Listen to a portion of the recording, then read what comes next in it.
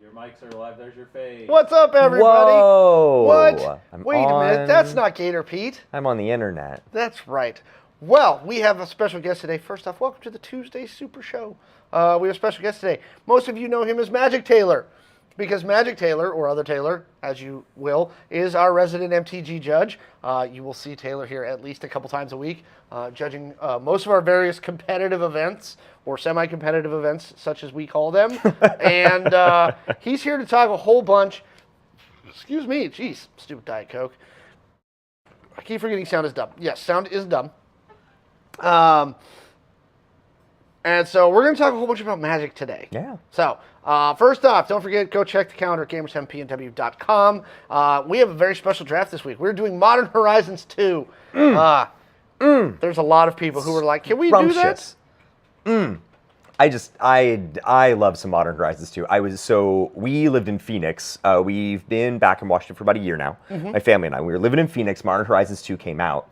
One of the first events I ever judged was a Modern Horizons 2 pre-release, and it was insane. The sheer number of mechanics. I had flashcards. I think I had something like 47 different flashcards for all the mechanics that were in that set. Because it's what the Horizon sets are. You know, it also brought us Ragavan, and Modern was never the same, and that terrible little monkey has been causing so much havoc. So that is a very interesting sensitivity to have them tuned to. Mouse farts. There we go. Thank you for the happy birthday, G. Schweiger. I appreciate that. So yes, Modern Horizons 2 is modern currently. See, everybody's very excited. So yes, we'll be doing Modern Horizons 2 this week. The July sale continues, so all of the tabletop RPGs, board games, and anime figures are still 10% off. And you still get raffle tickets. So we'll be open at 3 today. Come in and hang out with us. We're doing some gradual menu changes over the months. We're doing a whole bunch of stuff. So I've gotten mixed messages on replacing the tots with fries. So we're going to have a meeting about that today. Some people will be like, tots, fries. Strong feelings about potato delivery systems? Apparently we do. Okay. We also have the Halo tournament this Saturday. Unfortunately, I got to go check on the registration for that because that's live. So yeah, there's a bunch going on. So there's going to be Halo this Saturday. We got X-Wing, we got Warhammer. There is a lot that we are trying to pack into the next 7 days. And obviously Team JoJo's is out there. All right. So with that being done, hello to everybody on YouTube, TikTok, and Twitch, where we're live at all three. And don't forget, if you haven't subscribed to us in the other locations, follow us on Twitch and subscribe to us on YouTube and help us defeat the evil algorithms. Yeah. Stupid evil algorithms. Robots. Robots ruined my life. Transformers were cool growing up. Transformers were very cool. Transformers were great. Transformers were great now. I love Transformers movies. They're like, when I want something mindless, I'm like, I want to watch robots and America and explosions, and that's all. I'm not a huge fan of, Dr. Michael Bay's. I assume he has a doctorate in something. Explosions. He's got a doctorate in explosions. There was a quote he is credited with at some point where somebody was griping about the Transformers films, and I think his line was, "I'm sorry I make movies for teenage boys." But he's just like, that's just what I do, But I found the old, the 80s Transformers cartoon. Oh, these sounds from back. Oh, I love it. They're nice. But today, robots and algorithms make us sad. Scary bad, Skylab, YouTube whatever. Chat would algorithm count towards affinity for artifacts? Let's see. Depends. It could. If it's in an unset, absolutely, because I just declare myself the judge of all things unsets.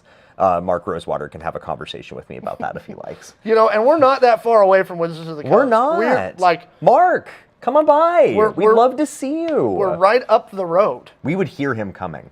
Well, and also, again, some people from Wizards have popped in and very quietly, chatted with us about a few things, but I would love to get somebody from Wizards in here. So if you're seeing this, come hang out with us. We'll put you right where Other Taylor is sitting. Hi. You'll look better. It'll be great. Oh, thank you. Gator Pete. All right, so obviously, the thing that we're talking about, because it's coming up, and I've had a lot of conversations about this, so our first topic today is Commander Masters. Yes. Commander Masters is coming. We've talked about this quite a bit in the store. We were talking about it last Friday. I've talked to a lot of people. What is your overall what is your general impression about what's going on with this set? With the set, With this set release, which is coming in like less than a month. August 4th. Yeah. August 4th is the official release. I was looking that up. And my general vibe with things is I like to like things. Sure. If somebody presents me something, I try to like stuff because there's enough things like really seriously wrong with the world. Which is why we do this show. Exactly. Like, we try to keep it generally very positive. Exactly. And so, Ishtal, I am excited for Doctor Who. We'll get into that potentially. But so for Commander Masters, there are things that I look at it and I'm really excited about for it. And some of them are some of the higher price ticket things. I'm at my core kind of a budget brewer. I think everybody has their dollar value they'll spend for a single, and they're like, I'll drop that and kind of not think about it. Mine's like below $5. The second I'm spending $5 for a card, I'm having to pause and think about like, I'm spending $5 on a piece of cardboard. You know, this means things are not foiled out, things are not in showcase printings. That's just not how I tend to do stuff. So I do get excited when I see reprints of cards that are currently $30, $35, $40, $50, and for those to be coming down. So I am excited for that. Your deflecting swats, your fierce guardianships, your deadly Rollicks, and some others that are getting released. Reprints, yeah. Exactly. Because some of these were like only printed in one Commander product, and that sold out, and you've never seen them since. Right. And so I get excited for those reprints. More excited I get for like cheap but essential reprints. Things like 3 visits, 1 in a green, go find a forest, put it onto the battlefield. Essential ramp card. It's $6 right now. And this is going to help bring that down a little bit. So I get excited for those sorts of things. Again, from like the play, trying to have fun side of things, I really enjoy Commander Draft. Come in on Saturdays if you haven't done it before for Chad's Commander Cube. It is so much fun. And you draft the Commander deck, you have yourself a good time with it. I really, really enjoy that. The thing I am interested to hear from you all about, and I did a little bit of looking up on it, I know was talked about in previous streams, is the pricing side of it. Because the pricing of Commander Masters for shops and for players is going to be tricky. Well, and so here's the... Again, I'm kind of with you. Like, good, some of these reprints are coming and things like that. But it's that excitement that Wizards is banking on with the way they've set the pricing for this set. This set is really, really pricey.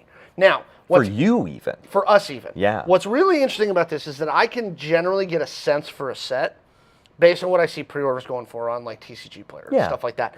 And what it tells me is how much above the base wholesale price for Magic it is, tells me how well they think it's going to sell. Right? Like, it's a straight up economic indicator of, if this thing's going for double wholesale on TCG Player, it means that people think this set's about to fly. Right? And so they're charging that extra premium. In spite of its expense and how much it's costing us, the prices on TCG Player are very small above wholesale. Right? They are flipping this set as fast as they can. And I'm concerned. Do they keep it or sell it, and for how much? They're talking about the One Ring. We don't know yet. That has not been disclosed. Ladies and gentlemen, we have the MTG stock market. And just like the stock market, it's actually baloney, right? A lot of it's BS, right? I've talked to a lot of people in the store who are like, there's some really good reprints in here. This is a really cool set.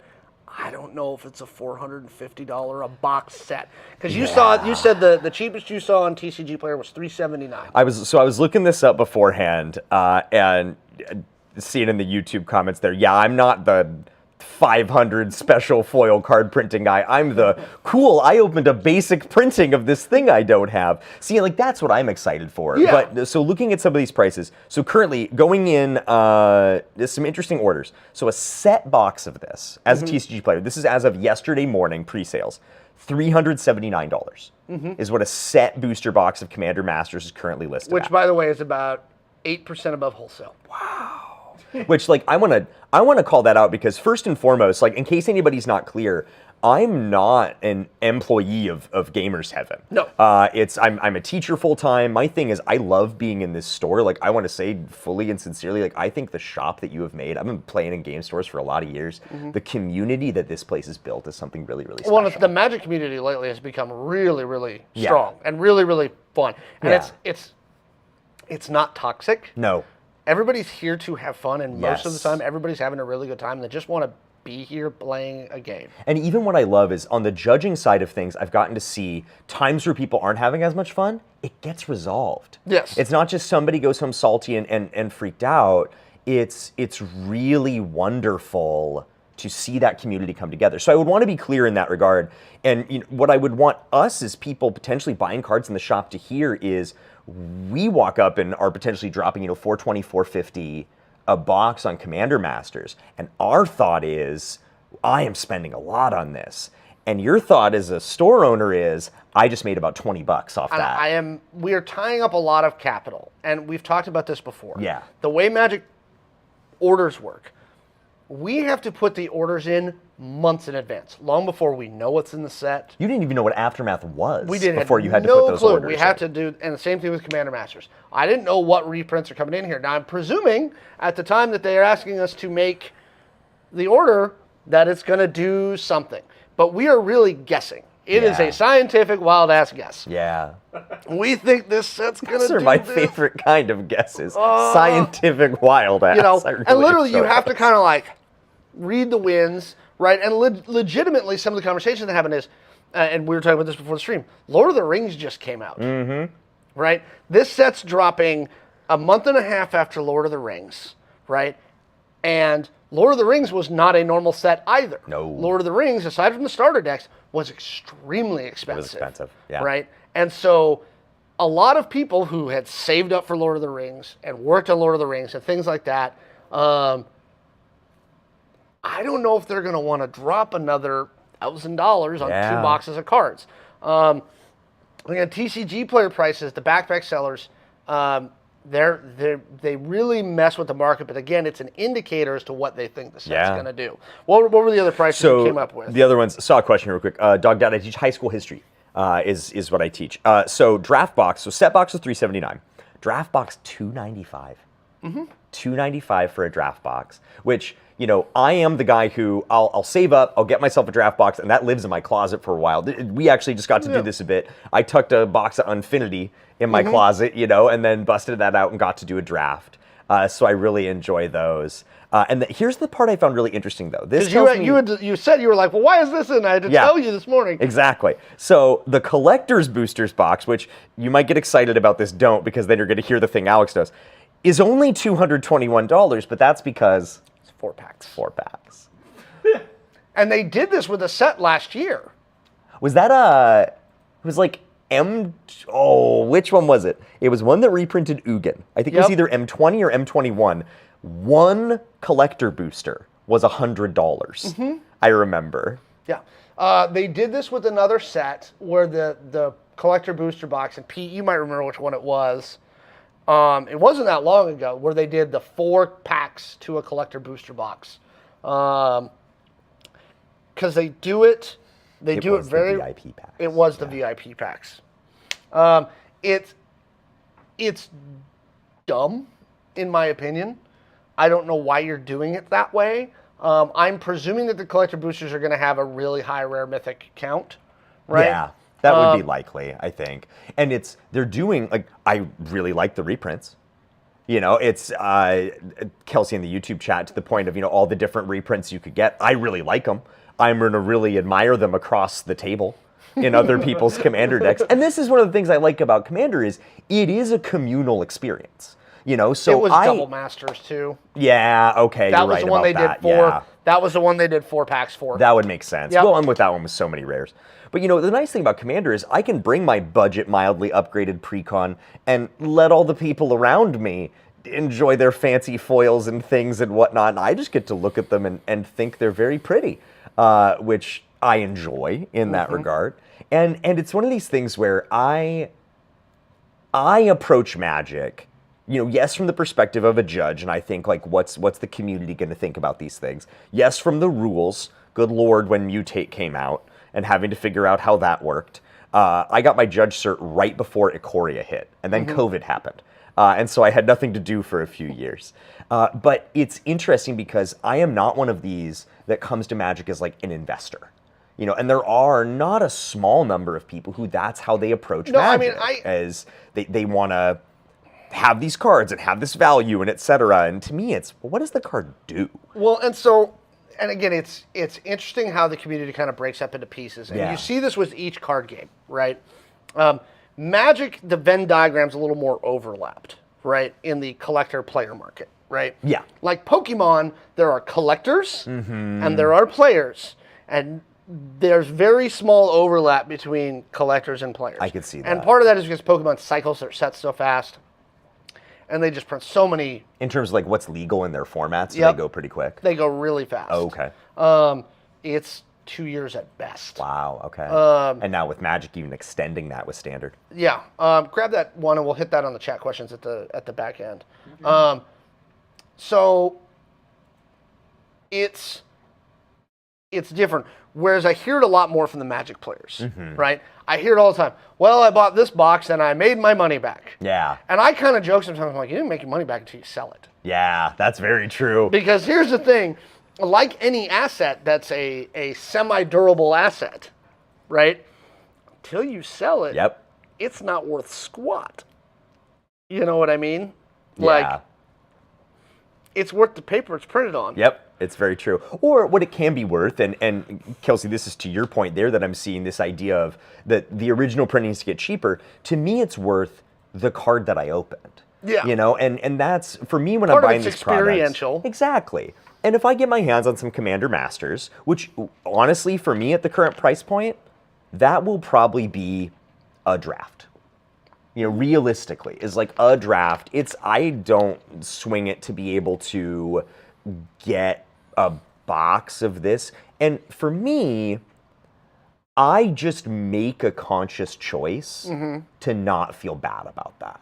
And I don't think you should. And it's a hard choice to make sometimes because in the current culture of Magic, one of the things we'll talk about eventually today is the evolution of Magic, kind of how it's grown and changed over time.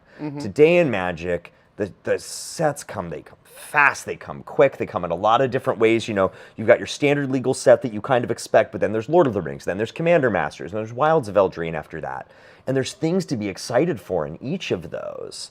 And to save myself some pretty vicious FOMO, I've just had to put myself in a spot of, you know what, I am just going to thoughtfully, even prayerfully if I have to, sometimes just think, I am going to need to be okay with not getting a lot of this. Yeah. And what it'll be for me is when I'm cracking a pack, I'll probably choose to not look up what a card's worth.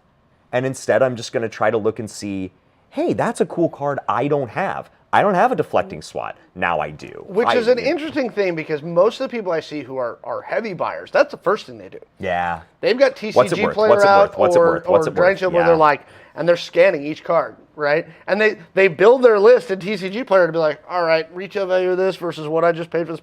Like they do that comparison immediately. Yep. And the secondary market has built this, and part of that is a competitive scene. Yes. But I wonder, like, is that a good thing? And is Magic encouraging this with these reprint sets and with all the stuff? Are they building this out to basically, like, socially engineer people into buying these because of that? I mean, it creates demand. It doesn't cost them more to print the cards. No, it does not. It definitely creates demand because it gets you to think, oh, this is the cheapest a Fierce Guardianship is probably going to be, or something like that. So it does, I think, creates that demand and makes you want to buy that thing, which is the goal. The goal is to make you want to buy those packs. Yep. But I think I don't know. I guess I say this to any viewer who, if you find yourself in a spot where you're struggling with this, where you want to enjoy having fun with Magic, but you find yourself experiencing this pinch point of, I feel like I have to keep buying this stuff. For me, the way I found some peace with it is, with a set like Commander Masters, I'm going to try to find joy in what I can open. Not so much did I make my money back on this pack, but do I have a new card in my collection now that I can play around with and that I didn't have before? You know, and so that's what I'll be excited for as I'm cracking it. Something I am interested in is, we haven't talked about it as much, but is the decks. The pre-constructed decks. So the funny thing is that's the area where if I was going to say, and this is my current prediction, I think a lot of the set, draft, and collector boosters are going to sit. Yeah. I think it's going to be tough buys. I think we're going to sell some of it, and I think some people will grab boxes. Sure. But I think we're going to end up packing it out. The one thing I don't doubt is I think the decks are going to fly. Oh, man. In spite of their expense. Well, and we were talking about this expense-wise. So currently, which it may very well, so it's yesterday we got the preview of the Sliver deck. Yep. We got the full list of the Sliver deck yesterday. And then we've got the next decks coming in over the next few days. The Eldrazi deck, which as of me sitting here, the knowledge that I have, we do not yet have the list. Nope. Is currently pre-selling for $180 by itself. Why do you think that is? Giant, chonky, colorless creatures that people really enjoy. I mean, so that's the fun of Eldrazi, is they're colorless, so they can go in anything. So it doesn't matter what deck you put them in. They can go in your green, big, giant ramp stuff deck. There's a deck, is it Braids, I think, which is mono blue, and any player can put a card from their hand onto the battlefield. Okay. You can put these big, giant, huge Eldrazi in there. They're also, and this is speaking of something that I like about these reprint sets, they're almost mythical in some ways, because we've talked about, we were playing Magic a while ago, stopped playing for a while, and now in many ways we're back. If Eldrazi happened when you weren't playing Magic, you never got to play with them. But you hear stories of these Ulamogs and these, you know, all these things, and you're like, what is that? And now you hear there's a whole deck of them.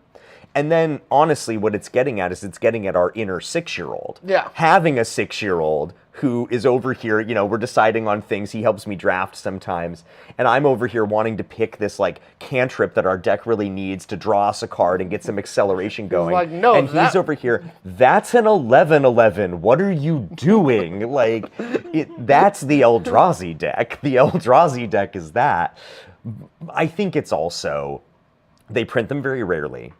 And they're not in the lore anymore. The Eldrazi lore-wise are not the current big bad guys. Right. So it seems unlikely to me that outside of a reprint set like this, you're going to see them. Right. Right. And so we're getting some of these Eldrazi, not only ones they've done before reprinted, but we're also getting this deck. And there's the nostalgia aspect. It's the same reason I think people were so excited for the Slivers deck. Yeah. Slivers is a really iconic tribe in Magic. I played them back in the day in Standard. That was a thing you could do for a minute there, was play Standard legal Slivers. I know, it was a whole thing. But I think that, as you say, these decks are going to fly. Yeah, the decks are, they're going to go really They're going to go really quick. There's the Planeswalker one, which really interesting right now. When I looked at it, it was pre-selling for less than 70. You've got, there's Eldrazi, there's Slivers. Both of those are over 100 pre-sale. Eldrazi's almost 200. Then you've got enchantments and planeswalkers, and as of right now, both of those are pre-selling for around $60, $70. Which is maybe below wholesale. What's interesting is we haven't gotten the list yet, and I'm going to be really interested to see what new cards get printed into those. Well, and I also am curious to see, not just because it's a reprint set, but basically how it evolves over time, right? And that's something that I found really interesting, is how some of these sets have kind of evolved in how they're viewed. Yeah. When we released Streets of New Capenna, oh, yes. we couldn't pay people to take it. Yeah. Nobody wanted it. Everybody was like, this is crap. I hate this. Yeah. Everybody was like, this is horrible. I was over here like, I love the flavor. Because I'm a history guy, and it's like, it's the 20s. I love it. I love the noir demon animals. Like, it's cool, right? Right? There was a raccoon with a broken bottle jumping over a bar. Exactly. Okay? Oh, man. And the best names. Professional Face Breaker. Like, you don't get better Magic names than in Capenna. It was great. After Kamigawa, Yeah, it was great. Nobody would buy it. No. But what's funny now is that people are like, that was a really good set. Really? Oh, yeah. I hear people talking about it all the time. They're like, actually... They've asked for it multiple times. Wow. They're like, will you bring wanting to draft it or just get it? Or both. What's the way that our Wednesday draft night started, right? And I got mad. This is funny. They're pointing at each other very aggressively right now. Rack. Like Capenna was? Now. I remember this, yes. Okay, and the way Wednesday draft night started was we were like, oh, we're thinking about doing this. And somebody IM'd in Discord and was like, will you run drafts on Wednesday? I was like, sure, I'll run a draft. And I will remember this because I didn't work that night. Taylor called me. And I was like, we want to draft Streets of New Capenna. And I was like, you've got to be kidding me. Because you couldn't move it. Because I couldn't sell. Now. And I was like, sure, we'll draft Streets of New Capenna. $15 for the draft. Come in on Wednesday. I came in and Taylor called me at not this one. Actual Pete's Taylor. I'm other called Taylor. Me Actual and was Taylor. like, oh my God. Taylor. And I was like, what? She's like, there's like 18 people here for this stupid Streets of New Capenna draft. I don't know what to do. And I'm like, let them draft, I guess. But I was like, why? Why? And I came in the next day, I was like, He's so frustrated. now you want to draft Capenna. Fine. You know what? I'll let you draft whatever you want. On behalf of all of us, I apologize. Because we are a fickle bunch. It's I was true. like, but apparently, as people kind of like let the set marinate, yeah. they were kind of looking. I think a lot of people went back and looked at the cards and were like, actually, if I take this one and I stick them, like there was a lot of really good cards. There were some good commanders in that set, right? The one that I've been building was off Jetmir. Yep. Right. Well, and a ton of constructed playability. So for our shop, we're more of a drafting a commander shop especially. But, for those who are more into the constructed playability, if you're doing it on Arena or MitGo, when we get Pioneer going here for the RCQ, which we're going to talk about that today, so many of these, Capenna commanders, these 3-color ones, these legendary creatures, are in these constructed decks. They're really competitive. What is draft? I can hit that right now if we want. Well, let's hit that at the end because we'll ding through some stuff here a little bit. Yeah. That's fascinating to me though, that there was that shift in perception. Because in the community, especially if you talk to like limited grinders, Capenna is looked at as a really bad draft format by like the hardcore limited grinders. I can see why it would be a bad draft format because it's very multicolored. Well, and what it is it was pitched. We talk about marketing. It was pitched as a 3-color set, and people were super duper excited. What it is it's really a 2-color set. And if you're playing it really competitively, and if you're not in some combination of green, blue, and white, you are going to have a hard time succeeding in that draft. If you're playing it really competitively. If you're just sitting down and having fun, hitting people with raccoons with broken bottles, jumping on tables, you'll have yourself a great time. But this is one of the interesting things that I like to talk about Magic being so many things. Magic can be a super chill commander pod. Magic can be a draft where everybody's just goofing around having fun. Magic can be this really, more intense, I don't like using the word spiky because it has a negative connotation, but a more intense competitive environment. And depending on who you talk to in each of those circles, and apparently depending on when you talk to them, it's a very different thing. So, and I think this kind of leads us into this topic of the evolution of Magic, right? So I started playing Magic in 1995, 96. Okay, yeah. Right? And, it was just there. All of a sudden there's this Magic thing, right? Again, the joke I make is, when I was playing, there was Mana Burn. Yep. And there was no commander, right? Like, it didn't exist. This format was not a thing. Not officially. Right? It was, Well, I don't even think it was invented back that early. Oh, I'd have to go check the article again. I read the article yesterday. Polygon did like a definitive history of Commander at one point. And I want to, I do want to talk about that. But Magic kind of existed in these little pods. There's several back in the days coming on. It exists in these little pods, right? Yeah. And it was you basically just played with your friends. Like, I hate to say it, but like sleeving wasn't even a thing back then. Like, you didn't sleeve your cards. Exactly, that was how you shuffled. There's pictures of like the early World Championships of Magic with people playing with unsleeved cards next to like a giant Big gulp. Like big gulp with no lid on it. And like, I talk with some people that are just like, I'm like panicking looking at this situation here. Cause it's just like a card table with like 30 people crowded around it. And these cards are worth Lord knows how much now. Yeah. And by the way, everybody who played back then had an original Black Lotus. Everybody. Oh yeah. Everybody claims to have had one. It was funny. And then I got out of Magic for a long time. And when I came back after opening the shop, Magic is a very different game. I believe it. Now, initially, when I started getting back in, I was doing standard decks because Yeah. I was like, okay, 60 card, this is what I was used to, right? And as I learned, standard, modern, those are not the dominant formats anymore. The original Socially, no. the original game, 60 card Yeah. Magic, that's not the dominant way it's played anymore. That is not In terms of numbers, you're absolutely and right. you can see it in the product offerings, Yep. right? How many times a year does Magic put out a standard size deck, a 60 card with a 15 card Those, like, sideboard? challenger decks right? that they or do something like sometimes. that, or the standard decks for Lord of the Rings, right? Versus how often do we see commander decks now, Yeah. right? And what's funny to me is commander wasn't even invented by them. Nope. Now, you know the story behind that. A little bit, yeah. Which, Dog Dad, your comment is actually prescient because I grew up in Alaska playing Magic. So sometimes I did have to travel up a hill multiple ways, in the snow there in that regard. So for those who don't know, I won't do the whole history because it's, not necessarily my story to tell. Polygon has a fantastic article on this if you want to check it out. So Commander was invented in Fairbanks, Alaska, and was play tested, workshopped, messed with, pioneered, as it were, actually at an Air Force base where I spent not a small amount of time. Elmendorf Air Force Base. Oh, it was I know where called at the Elmendorf time. is, Okay, yeah. yeah. So Elmendorf Air Force Base in Anchorage, Alaska. My dad, you'll know this, USAA. So my dad worked for USAA for 40 years. They insure the military if you've never heard of them. So my dad's take your son to work days were I got to go to military bases and people showed me fighter jets while he went and looked at somebody's Ford Explorer. And so this is where Commander emerged because give people 8 months of mostly darkness and not a lot to do, and they're gonna invent some weird Magic format.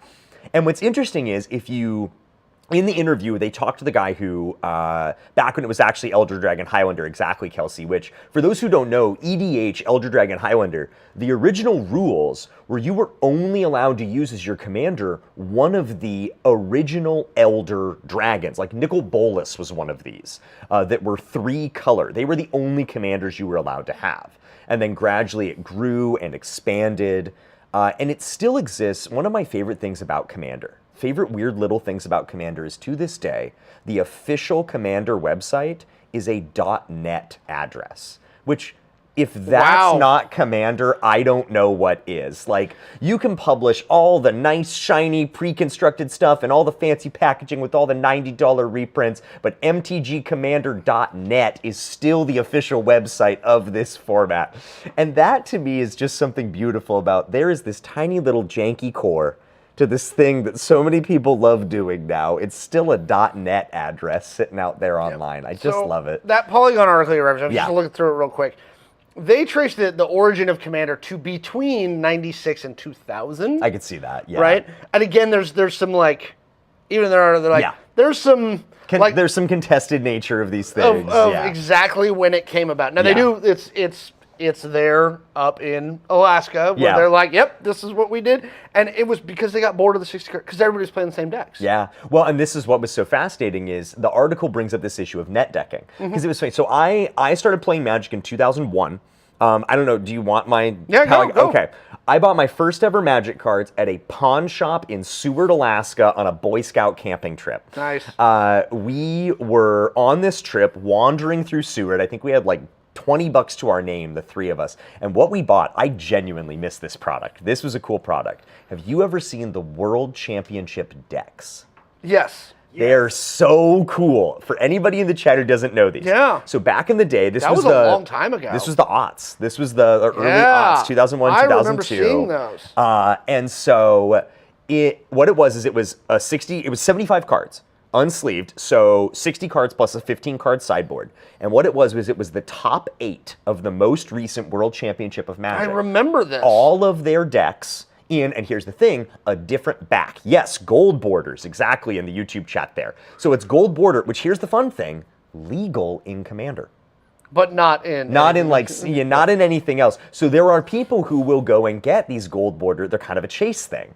You could recreate the World Championship of Magic in physical Magic. This is what we learned to play Magic with, and it was a dumpster fire.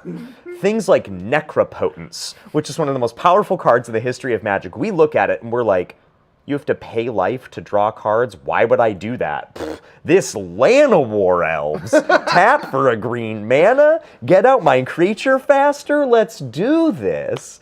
So we're in this tent playing this. And this is where I got into Magic in that regard. And this was pre-net decking. You know, I'm seeing some old, I remember Inquest, I remember Scry magazine, these sorts of things, the actual physical magazine. And net decking was beginning to become a thing, where you would show up to events and they found some list online and it was gonna be your random janky brew that you'd thrown together or whatever. And that was the idea of Commander, which this is something I like for all the changes Commander has gone through. I think at the heart of it, that brewing culture, and you can talk about EDH Rec and how that's changed things, but the essence of Commander is you dig through what you have in your closet and build a deck. Like, I do this with William, and a lot of people don't, and a lot of people choose to just hop online and download a deck list, and you can. But the singleton nature of the format, this is something I do really because like. there's the single card. Exactly. You're not building 4-card playset. Exactly. Right? You're not going, all right, I'm going to get my 4 Llanowar Elves, my 4 of this, my 4 of this, my 4 of this. Where really, at the end of the day, you're basically playing 6 cards. Yep. 6 to 12 cards. 6 to 12 probably. cards. Yeah. And then the rest of it's mana. Yeah. Oh my gosh, Kelsey, like when I first heard about Black Lotus, I thought it was trash. I was like, why in the world would I want to play a card that gets me mana once and then I never use it again? Like this is anyway. This was there. If you haven't heard of them, there's like the psycho profiles or whatever in Magic. It's you're like they've gender bent them and things over time. But there's like a Timmy or a Tammy or a Johnny or a Jenny or these different things. And Timmy is the one who likes big giant creatures. And that was my thing growing up, was like, it's very much like my 6-year-old is today. I wonder where he gets it from. I want the big dragons and the smashy face. Yes. And the thing. Why would I want this thing that gets me mana one time when I could have this 8/8 that, is just big and gigantic? And so it was interesting to see Commander, when I learned about that, it being explicitly about, we don't like net decking. Mm-hmm. We want to encourage this more organic brewing, because even in the late 90s, early 2000s, you were starting to see that. Yeah. And the article calls out in an interesting way, that's just not a thing anymore. People don't get grumpy about net decking anymore because it's just Magic. And you can make a deliberate choice to choose not to engage with it. The Pioneer deck, when we get ready to talk about the RCQ a little bit here, this that I've got with me, this is my Pioneer deck that I keep sleeved up, that I played at the RCQ that I played in. It's mostly a net deck, but I made some changes, and that feels good. And that's just Magic today, I feel like, is you have all these websites, and you use them or don't, but a lot of people do. You do, and I wonder, so this is one we've talked about on the show a lot, right? Is there is an impression that I get from customers who are not current Magic players, right? Where they look at Magic and the deck lists online, and all those deck lists now come with a cost. Yep. Right? Buy now at insert website. Right, and it's $330 for this one deck. And I get a lot of people who are very intimidated by the state of Magic today, especially Commander, right? And the funny thing is to me, Standard, Modern, all these ones, Pioneer, those are the ones that would be great for getting people into Magic. Yep. But the problem is not enough people play them on a social level anymore. It's in a non-competitive social level, I 100% agree. And that's the problem, is that I think these decks can be a little more approachable than a 100-card Commander deck. Yes. Right? Where it's 100 cards. And because it's a singleton format, because it's single card, and I know I'm sure you've had this experience too. I know I've had it a lot lately, where depending on how I draw my deck that day, it may play well. Yep. It may just flop, where I'm like, I got everything out of order of when I really needed it, and my mana ramp didn't come fast enough, and like I'm sitting here watching other people play Magic. Yeah. And so I wonder if with Commander being the dominant format, with the way Magic has evolved, how does Magic get newer players? Because I don't think their current strategy is working. Well, there is something I think is working very well, at least I think. There's a comment I want to say briefly. Ishtal seen there. Is it net decking or is it using those web-based tools? I do think net decking might be a little bit of a dated term because it has something of a derogatory context. Yeah. I think you will always, well, to say always is a big assumption. It seems likely to me that you will consistently find people who, when they find themselves losing to a pretty, static net tier list, that's when the word net decking comes out, because it does have that kind of derogatory context. I do think it's a part of Magic today, but I also think one of the funnest things to do is, for example, how my 6-year-old who can't read yet wants to brew decks, which is let's flip through the long boxes we've got in the closet, and here's a cool card, here's a cool card, here's a cool card. Like, I like that you can still brew Magic that way. Yeah. What were you just saying though? I want to make. But does it make it more or less approachable? Talking about approachability to new people, because again, the goal of any business, and really you think of it like the store, right? I want people to try new games. Yeah. And this has been the battle that you have frequently, which is people go, I want to try it, but it looks like, and with the sheer number of mechanics now in Magic. Yeah. Right? The different things, right? Like, especially with the stuff that comes in with like Phyrexian stuff. Oh man, yeah. Okay? Like, and so especially where it's like, how do you bridge that gap to get players to play? Yeah. Right? Like somebody's like, would it be worth having a learn to play Magic day? So the problem is that you can schedule those and you'll get a couple of people. Yep. But it's hard. Where those work really well is conventions. I've worked those actually as a judge. So I worked Emerald City Comic Con recently, and I was there as a judge. I was paid by the tournament organizer who was helping run events, and it was interesting. You talk about, sometimes you have weird relationships with contractors and that sort of thing. We went into the space. They were given a room with a fifth of the seating capacity that they were promised. Mm-hmm. So they had a room that fire code could seat like 75, and they were supposed to have over 400. And they basically just had to cancel half the events they had planned because we can't seat anyone. And so they totally rearranged what they were doing. But what I did, Ishnatal, to your point, was I just taught people to play Magic. Because people wandered in from the thing they were already at, and it's the right crowd. Mm-hmm. If you're going to get a crowd to learn how to play Magic, you do it with, at a convention or something like that. And the product that works super well was Jumpstart. I think Jumpstart is one of the smartest things Magic has done in a long time. I would say from a perspective, I agree with you. So I love Jumpstart. Yeah. And Jumpstart was actually how I was finally like, okay. Like I'd opened the store and I hadn't played Magic in years, and I was finally like, okay, here's what I'm gonna do. I like the concept of this Jumpstart format. Because again, coming in from the outside and somebody hadn't played for a long time, it's like, dude, I don't want to play against somebody whose Toon deck they've been working on for a year and a half. Yeah. It's not fun for me, right? To just get mollywalloped every single time. It's rough. And the thing that I love about Jumpstart is, to a greater or lesser degree, you are starting on equal footing. Yep. Right? You take your 2 packs, I take my 2 packs, we shuffle them together, and we play. Yep. This is not Toon. This is not anything. No. And the decks are themed. And the decks are themed. So the mechanics are a little more limited. And honestly, G. Schwager, it's that, I think Jumpstart is that in some ways. Like, I currently do Jumpstart with my 6-year-old. He picks his decks and then makes me choose them randomly. Because if you've never played games with a young child, prepare to lose. It's a whole thing. But it's that. It's pretty approachable in that regard. So that's from a perspective, but now, I feel like there's another shoe. The issue here to me, though, is like when I've tried to get stuff, and what I need, and what would be great is, like somebody else brought up in the chat about like having good players come in and things like that. So here's the problem with the good players, and I'm gonna call you guys out, and I love you all. Y'all are assholes about stuff sometimes. Yeah. Okay?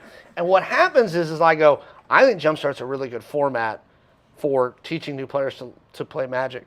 And almost to a person, all of my really experienced Magic players are like, I just threw it in my mouth a little, and because all of them, almost to a person, hate Jumpstart.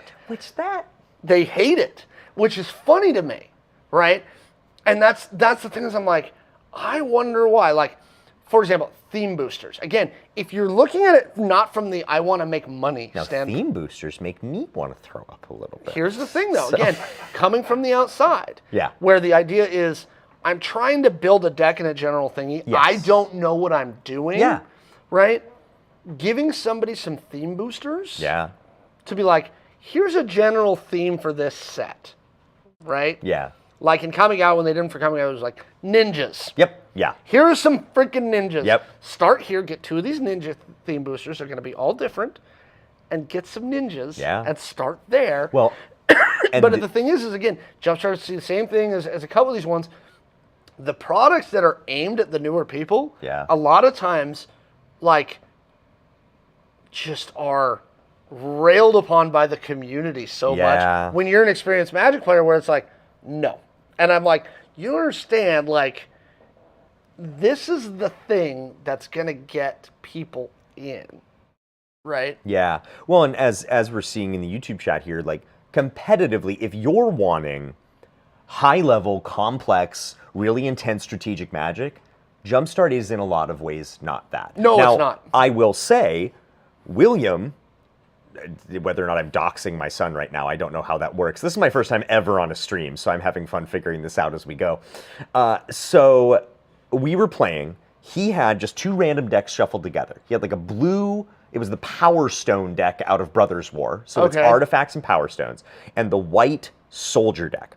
What he was doing is he had, and I could go into the cards here, but I'll just stick to the mechanics. He had a card that let him bounce an artifact from play back to his hand. And what he was doing was he got into a loop of unearthing things from his graveyard. Normally that card gets exiled at the end of the turn. He would bounce it back to his hand, replay it. When it entered, he copied it with another ability that he had. This is Jumpstart, and he's got an artifact bounce copy loop going on, coming out of his graveyard, to the point that he stalls me out of the game and wins. Now, yes, did I read all those cards for him and coach him on this? Yes. But there is some potential complexity there. It's for my fellow experienced Magic players, may I offer you this to consider. These set Jumpstart boosters that all of you are so about, and that a lot of people don't enjoy, they are booster packs plus land. Yep. That's really what they are, because what it is it's a pack. It's got a random rare of that color. Now, they are severely limited in some ways. They are not all created equal. For example, given the nature of Jumpstart, March of the Machine Jumpstart could not have battles and could not have flip cards. Okay. Because it has to be playable out of the pack. Yes. So you can't have anything double-sided. That means you're missing 2 of the biggest mechanics For of that March of set. the Machine. Yeah. So for some of the sets, huge bummer. Lord of the Rings plays perfectly in Jumpstart. Ring Tempting works Yep. great. Amass works great. The various mechanics play really well together, and it's, to me, it's just another way of opening packs. Yeah. Now, and you know, who doesn't want more basic lands? You know, those are always fun to me. But in terms of those introductory products, I like what they've done with Jumpstart. I think it's really interesting that they did make the choice. Jumpstart has, according to Wizards, officially replaced the theme boosters. Okay. That's the new theme booster in their Which mind. all really Jumpstart is yeah, they're theme boosters. They're with theme one- boosters, but randomized. Yeah. They're theme boosters, but you don't know what you're getting, which from a business model I get because it incentivizes you to want to get more. For example, I buy 4 Jumpstart boosters. I get green, red, white, and black because there's going to be a list per color for each set normally. Well, what am I chasing? I'm chasing that blue one.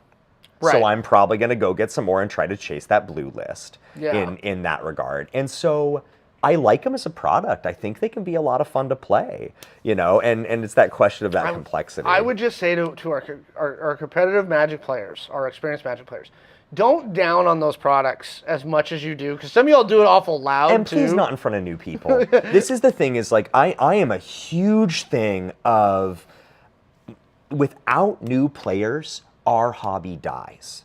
And I really sincerely believe, I think Magic the Gathering, I am not exaggerating in my mind, this is my opinion, is the greatest game ever made. I think as a game system... that is a bold statement. And I play a lot of video games, and like I am loving Kill Team. You know, like I've gotten into Warhammer 40K Yep. Kill Team recently, having a ton of fun putting those together. But I I've been playing Magic for over 20 years. And are there ups, are there downs, are there problems with it? But the game itself, the thing Dr. Richard Garfield, PhD, that was redundant, but whatever, put together is a really, and I respect that, and you are free to disagree with me, and many will, and I'm okay with that. Is this my first time people are going to come at me in the comments? I'm kind of, I'm kind of excited for this. Wait till he puts the clip of this up on YouTube, and it's like, Magic is the greatest game Who ever. is this nerd with his Mount Rainier hat? Doesn't know what he's talking about. Get him off of there. Anyway, I'm going to choose to not walk this back because I really do believe that.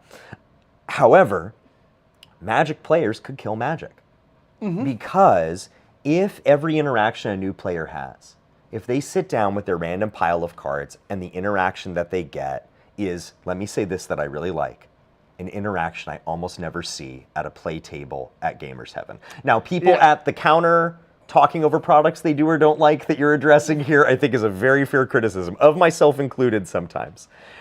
But at a play table at Gamers Heaven, this is one of the things that I love. You will see people, they'll finish a game, and then somebody might say, hey, maybe you want to think about doing this card a little bit differently here. But it's not what I do see at some shops, which is, I can't believe you're running that in the middle of a game. And it's like, and again, there goes somebody who could have had a ton of fun playing this game. During the games, I don't see that. And I know a lot of our regular Magic players actually very intentionally bring in various power level decks. Oscar has varying levels specifically for that. For this, because they're like, okay, you're new. I'm not going to play this level 7, like power level 7, bonkers, whatever, against you, because what are you're playing this precon? Okay, cool. I'm going to get bears out. Now, I will say, I think that Jumpstar's a great product for new players. I think the Commander precons are a good product for new players with an asterisk. Again, I think 100-card decks are kind of intimidating. But in some ways, it's the new way to learn Magic. The way I talk to people today is they learn Magic sitting, like, it's like doing D&D for the first time. The DM might know what they're doing, you know, or the game master, if it's a non-D&D game, might know what they're doing, and they're teaching everybody else. Like, you know, Gator Pete, we had the chance to do Monster of the Week, you know, and Lev was the one who really knew how to play that. And the rest of us were kind of learning as we went. That's how a lot of people learn Magic now, is the one guy at the table is doing a lot of work and reading a lot of Magic cards because they've got these 100-card commander decks, you know, and they're all just like, what does this do? Over and over and over again. But then you do that first really cool play where you are about to die, but then you wipe the board or something and you're like, I love this game. This is incredible, you know?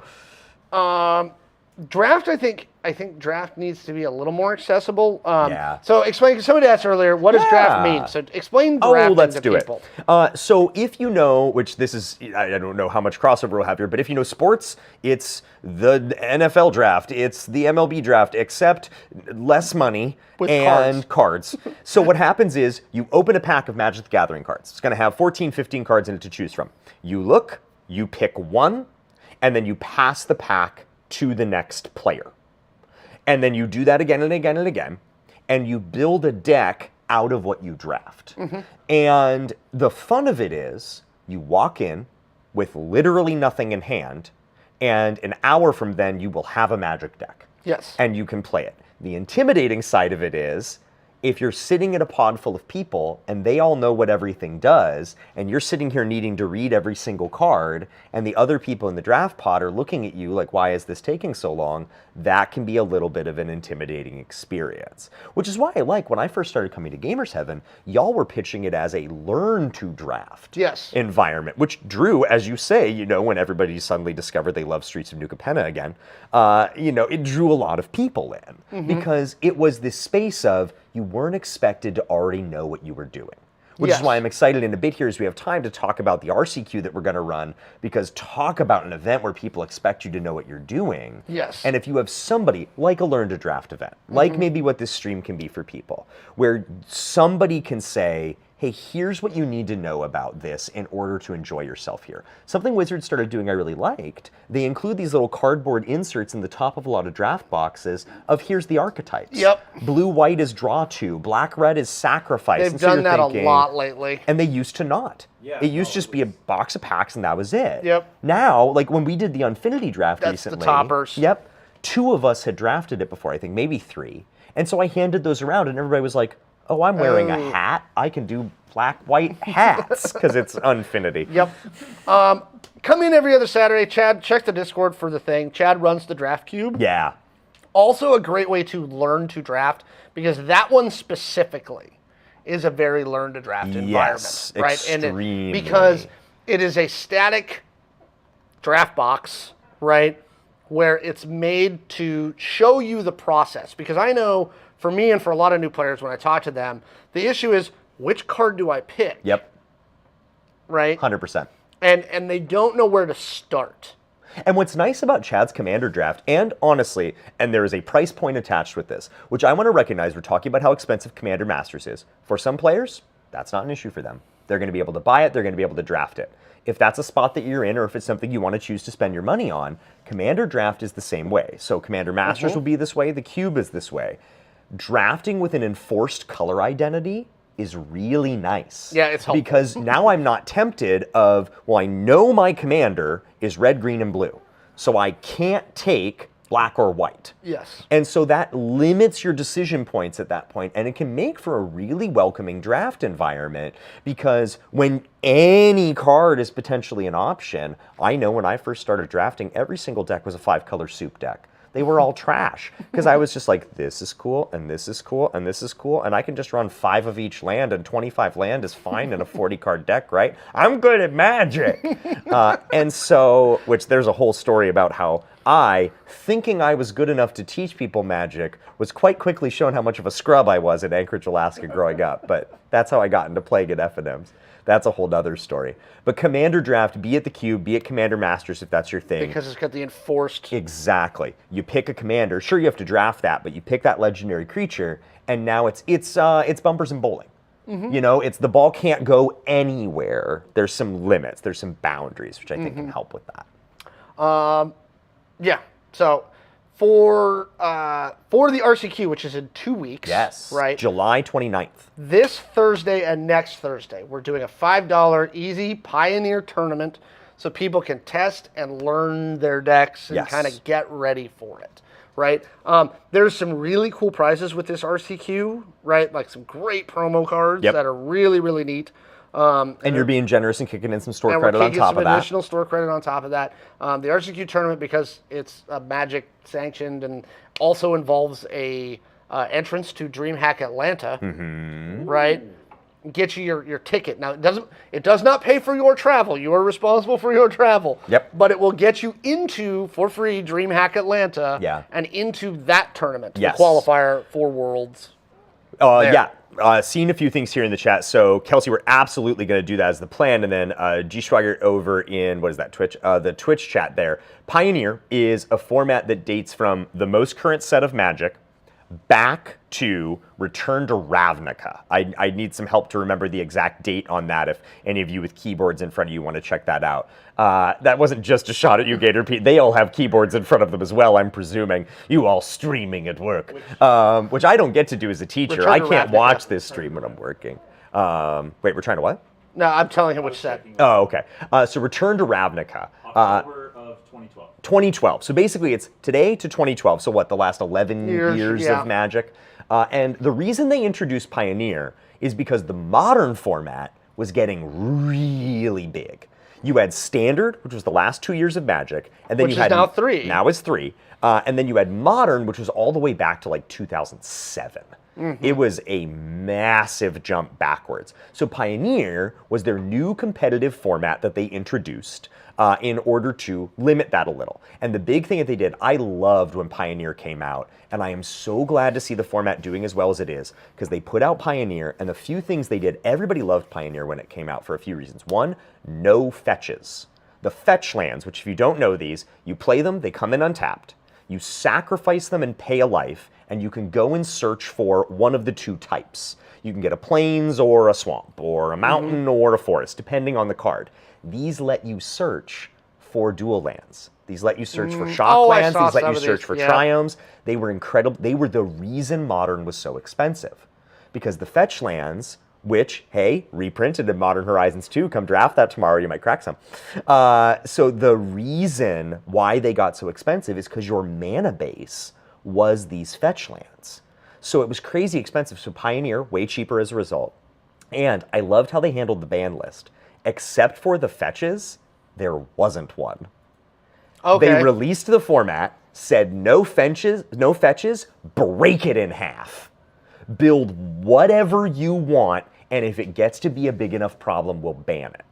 That was the philosophy when Pioneer first came out, and people went crazy brewing, because it was just anything. You could try anything. So people literally had challenges they were doing of like, I am going to get X banned in Pioneer. I'm going to figure out my hate card, the card I hate most in the world, I'm going to get it banned in Pioneer. And then COVID hit. Is that when Pioneer came out? Was right before COVID? Right before COVID. I think it was like 2018, Really? 2019. It was relatively recent. And then COVID Really? hit. And a lot of people thought that was going to kill Pioneer. They literally had a beta. You're exactly right. I see it in the YouTube chat there. It was rough. And a lot of people were like, that's it. It's dead. It didn't have enough time to get off the ground.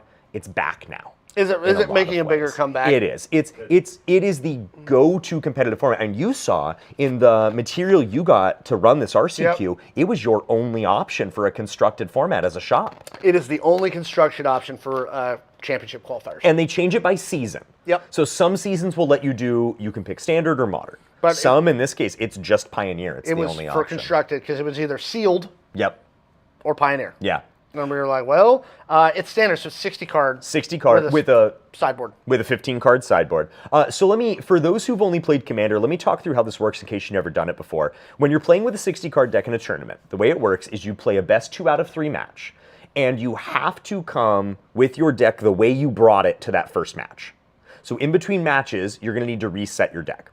Then, depending on your opponent, what you can do is we call it sideboard. So you take cards from the 15 cards that you bring with you, and if they're especially good in a matchup, what you do is you take some cards out of your main list and put in cards from your sideboard.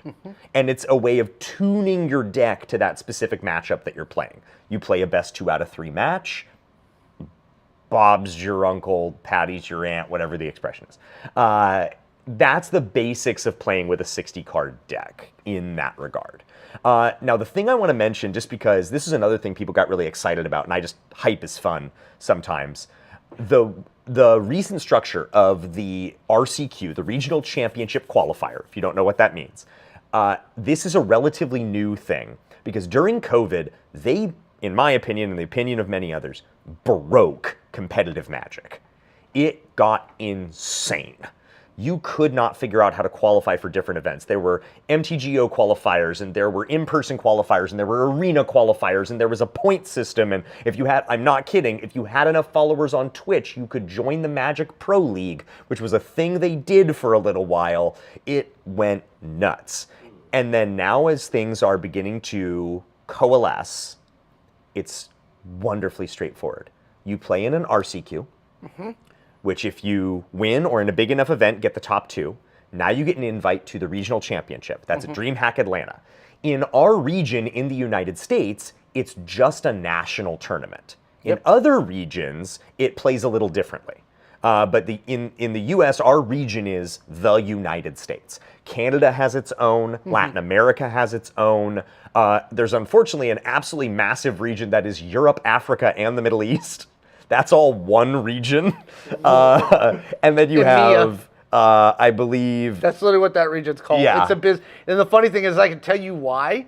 It's a business unit. I believe because it. EMEA, a lot of corporations use EMEA for a section of their business unit. Yeah, I That's believe why. it. So you have that. But anyway, so DreamHack Atlanta, there's the regional championship. If you do well enough at the regional championship, you get to go to the Pro Tour. And if you do well enough at the Pro Tour, you are at the World Championship of Magic the Gathering. It is a very simple ladder. Now, each of these tournaments, you're going from, our RCQ could be, anywhere from 16 to 24 to 32 people. 32 would be a big turnout for our RCQ. I think our player cap is 64. There you go. So at most 64, that's that tournament. The regional championship, you're already into the multiple of hundreds, if not thousands. The Pro Tour, you're talking hundreds, if not thousands of players. And then the World Championship boils down to some much smaller number. Yeah. So it's not like you do well on a couple FNMs and you're suddenly at the World Championship. No. But just know, in case this awakens something in you, more competitive Magic players, when you come to Gamers Heaven on July 29th and sit down for the Pioneer Regional Championship qualifier, you will be, 4 degrees of separation away from the World Championship of Magic the Gathering. I find that to be a very fun thought. It's literally the consider. reason I used to play poker tournaments. Yeah. Back in the day. Yeah, because it's fun to be that close to something like the World Series of Poker. It's exciting. So I don't know if you can use Arena to qualify for the World Championships. I'm sure there's an Arena tie-in somehow. There are ways to do it. They have qualifier weekends, but what it qualifies you for is and this gets into the whole digital side of things. Basically, what they've done is they've created a paper and a paper and a digital track, and you can qualify both ways. If I am not mistaken, our current world champion of Magic, Nathan Stoyer, qualified via Arena. Okay. They did have to get together for the World Championship. That was played in person. And travel's a thing. Back in the day, it was kind of fun, playing back in the day, you would get your local store to sponsor you. So you'd get like some local store to pay for your airfare or something like that. So many I see in the YouTube chat there. MTG players play professional poker. So much of the content I engage with, the podcast I listen to, the video, it's a very similar skill set. The analytics, the strategy, in that competitive side, you don't have to know what an emergent ultimatum does, but there's elements That's of crossover. I have to think about that. Yeah. Thank you, Canada Dry. I think it's a fun way to think about it. It is a really cool way to think about it. Again, it literally was the way that got me into a couple of poker tournaments back in the day. It was like, well, it's freaking 3 removed from the World Series. Yep. Let's go. 100%. Right? Like, it's fun. So yeah, coming on Thursday, you can test some decks out. Yes. You can talk to some people. I would love to see more 60 card constructed. Because I agree. Secretly, I love 60 card. It's delightful. Okay. They're again, whether you're talking about Commander or Constructed, I think that there are pluses and minuses to both formats. Sure. But I do love 60 card. I really do. I think that if it was, correct me if I'm wrong, because that's really where I see most constructed play is just competitive. I don't see a lot of friendly constructed play anymore. What you see is like kitchen table.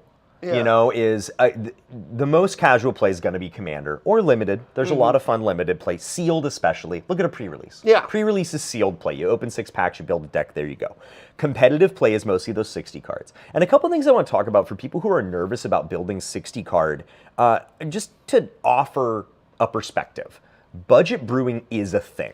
I saw somebody... Because there's Pauper. Exactly. Well, and there's a whole format, which Pauper, if you don't know, is only commons. Wonderful format to brew up. You can brew up a seriously competitive Pauper deck for $30. Yeah. Not even hard all to the do. cards are like 2, 3, 4 cents. Exactly. And you'll have some that are like weirdly a little more expensive, but that's why reprint sets can be nice, is it gets some things printed. But... there's somebody posted, I think it was in the YouTube chat earlier, calling out MTG Goldfish, which does a column called Budget Magic, where they explicitly brew cheaper versions of decks. This is how I got back into Magic. I was living in Phoenix. My family and I were there. I didn't have any friends, and I just spent time with my family, which was nice. But how am I going to make friends? I put together a $50 budget standard list, showed up to a standard FNM, and I haven't looked back. Yeah. And consistently, the people I play Magic with are the people I am often most closely connected with. You can brew budget, and here's the other thing for Pioneer. You're going to go online, and you're going to, Ishnatal, as you called out earlier, use online analytical tools, we'll call it. There's another name for it, but we're not using that one right now. You'll use those online analytical tools to find a deck, and you're going to look at the price point of that deck, and you're going to think, I could never afford that. Can I use some props real quick, an example? This is my Pioneer deck. This is Selesnya Auras. This got 2nd place in a Pro Tour. Basically this deck. There is a card in here. Ether Hub. I doubt the camera can pick this up. It doesn't really need to. In the stock list of this deck, you shouldn't run Ether Hub. You should run something called Mana Confluence. Mana Confluence taps for a mana of any color and you have to pay a life. Mana Confluence is between a $30 and a $60 card depending on when you're wanting to buy it. Ether Hub is 25 cents. It comes into play with an energy counter. You tap and remove that energy counter and you can have a mana of any color. In this deck, that is all I need it to do. In the Pioneer RCQ that I played in, there was exactly one time in all the matches of Magic that I played where not being able to use that land to make a different color of mana actually hurt me. And it didn't even lose me the game.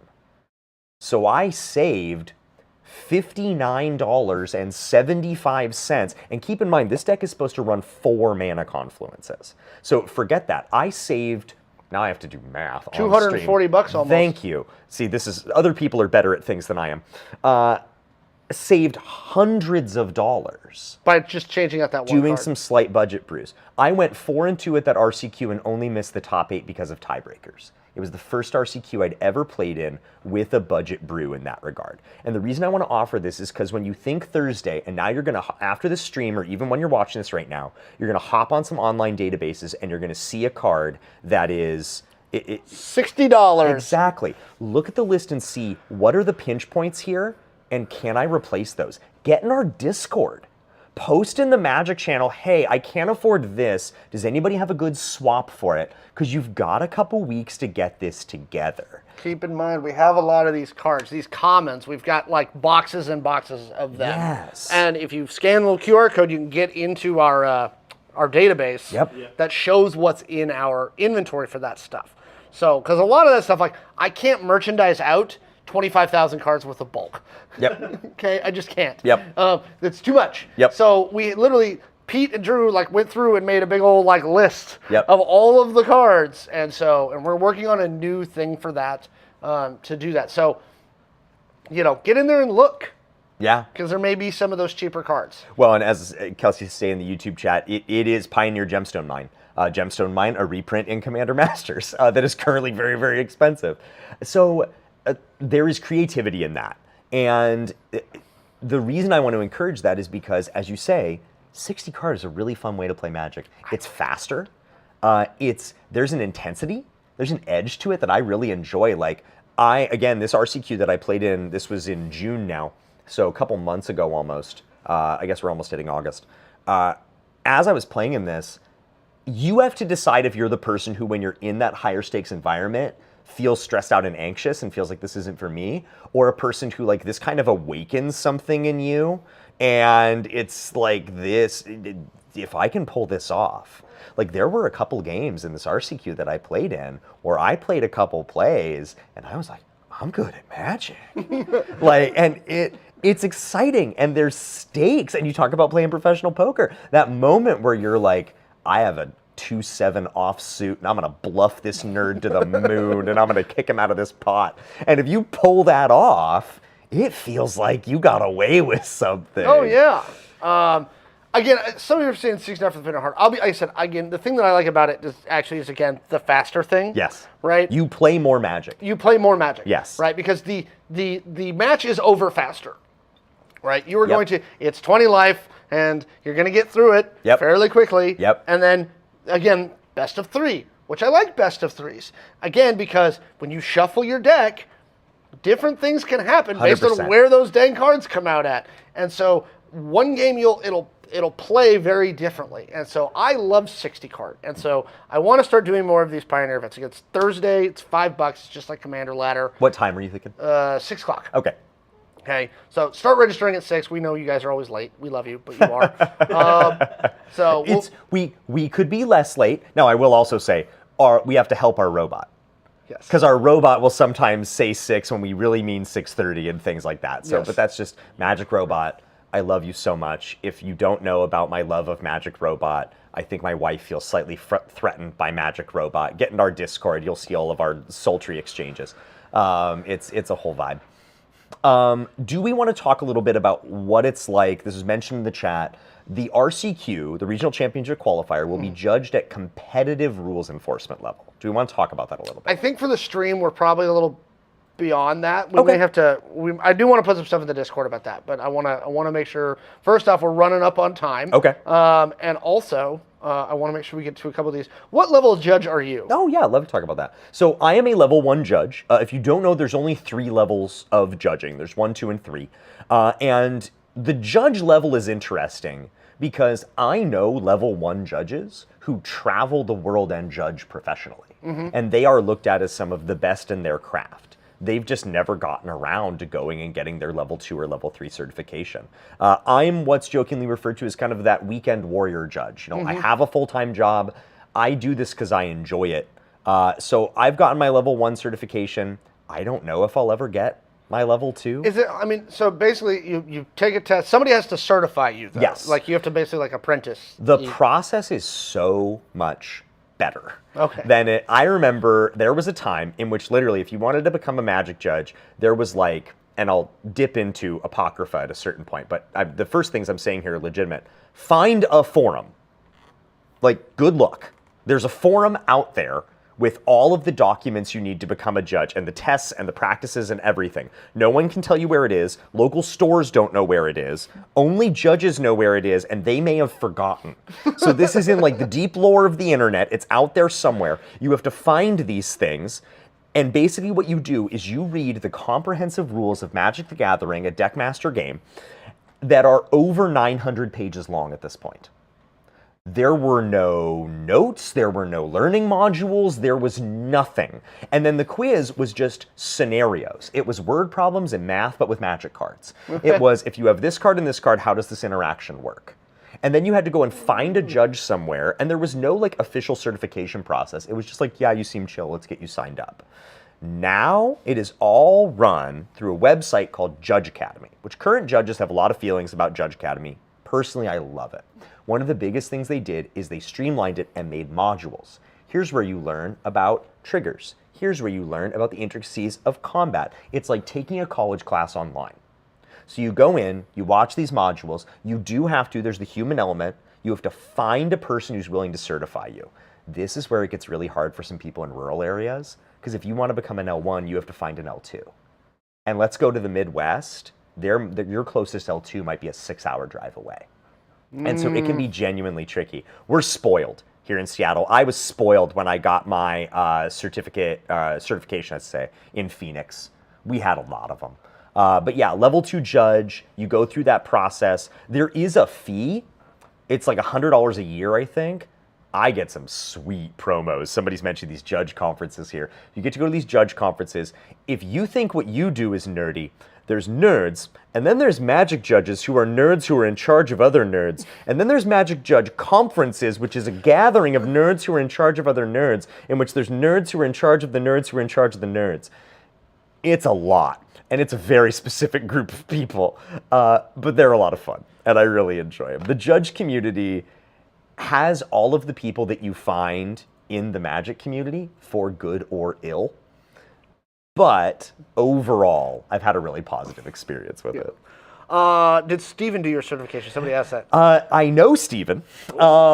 Steven is one of these nerds who runs the conferences for the nerds who run the nerds. He's an L3. Fantastic guy. Really enjoy him. I got my certification in Phoenix, so it was a different individual who helped with my certification. But I do know Steven. You get to a point where judges know each other after running just a few events. Let's see. Okay. Yes. Real quick. Very much agree with that YouTube chat. You can answer this or not. And again, we don't need to go super deep or positive, negative. Your thoughts about being a teacher today? You're a teacher. Being a teacher today. And then we'll end with this. Sure. I genuinely, sincerely, absolutely love what I do. I consider myself uniquely blessed to have the opportunity to teach. Like, one example. Right now, my son, who is 6, just finished kindergarten. After this stream, I'm going to go home, and he will be there, and we will play Pokemon Go, and we will glue together tiny Warhammer models that I was given some Chaos Marines, and they're a bit spoopy, you know, and so I'm kind of like, am I scarring you for life right now as we're doing this? So we'll see how that goes. Check back in 15 years. Well, I'll let you know. See, orcs are kind of funny, though, but anyway. Back to teaching. There are a lot of conversations around teaching. The pay is a big one. Parent culture is a big one. I think what I would say is I absolutely love what I do. If there's one thing I wish that people could know about teaching, it's how much work goes into teaching that students and parents never see. It's like if you were talking to like a stand-up comedian. They don't just get up there and be funny. Right. People think their whole job is the 90 minutes or 60 minutes that they're on stage, when it's no, I was workshopping this material in a mirror for, 5 weeks. I practiced this joke for 2 months of my life to decide if it could land or whatnot. That's teaching. Like, half of teaching is acting to me, because now I can see that. I exist in a day and age in which I am constantly competing. And I do not begrudge technology as it exists. Here I am on a stream. But I am constantly competing with other forms of entertainment. You said high school. What, like, general? Juniors. Juniors, so like 16. Yeah, exactly. So that they're still engaged. They haven't got senioritis yet, but they're also, their lives have just gotten really complicated and busy, and their whole... They're working, and for those who are college bound, they're thinking about scholarships and things, and I've got athletes that I teach, and you've got people with families, and now they're 16, and they have a lot more responsibilities in that family than they used to. So I think that's the big thing. I see it here, Ishtal, as you say, it's lesson plans, it's finding material, it's creating materials.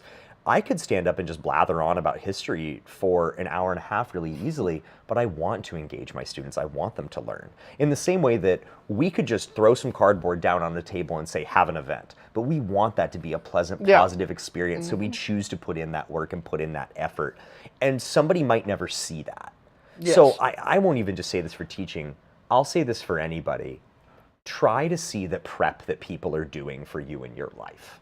Try to see the work that goes in ahead of time. Gator Pete checking levels, or even small things like that. That is work that somebody is doing that you don't see, that you have an opportunity to appreciate them for. And if I, as a teacher, could ask that anybody know anything, it's for people how who much work do goes exactly. But for like running a shop like this, the amount of work that goes into the ordering and having to agonize over how much of this product should I order, and is this going to move enough, and am I making enough? And I want people to be able to buy it and have fun, but I have this family I have to feed, and things like that. And so try to see the prep. Try to see the work. How much stuff goes into everything that everybody does. Yes. I like to highlight teachers. Teachers really, so for those of you that don't know, so I had a very interesting upbringing, but teachers to me were always super critical, because I had some very great teachers who were inspiring and kept track of me after I left school and things like that.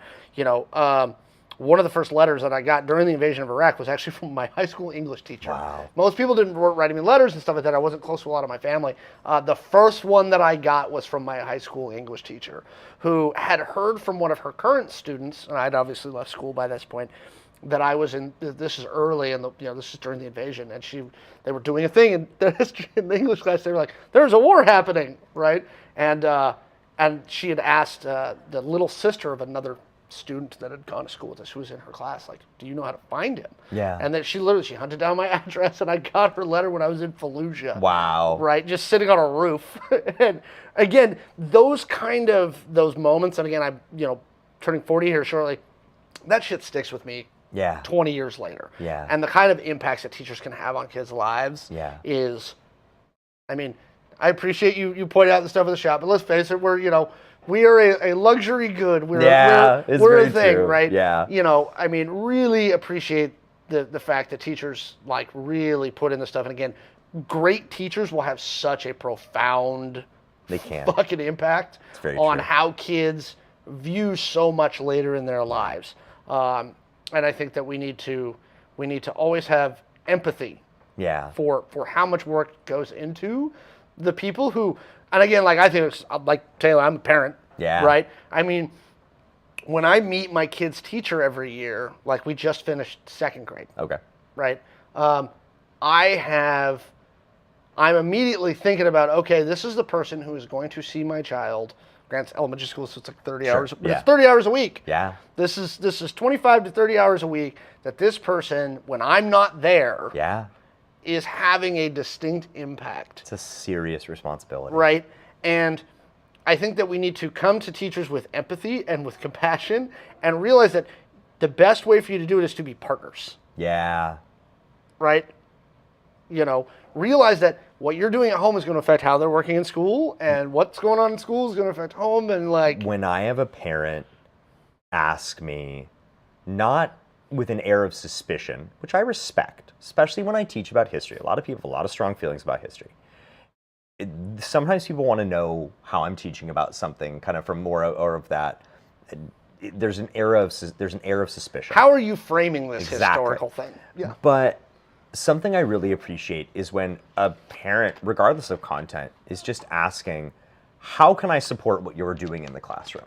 What should I be doing at home to support what's happening here? Because that, oh man, I can get through, and there's like certain students I will 100% click with, and others not so much, you know? And I am a human being who connects with certain humans. And so when you have that attitude of, how can I collaborate with this person? How can I work with this person and we can both further these goals together? That gets me really, really excited. Yes, because again, these people are going to be around your kids a lot. You should probably respect them and listen to them and, you know, try and have, a collaborative relationship. Yeah. Right? Oh, it's so good. All right, that's the show for today. We went over a little bit, but that's okay because we love you.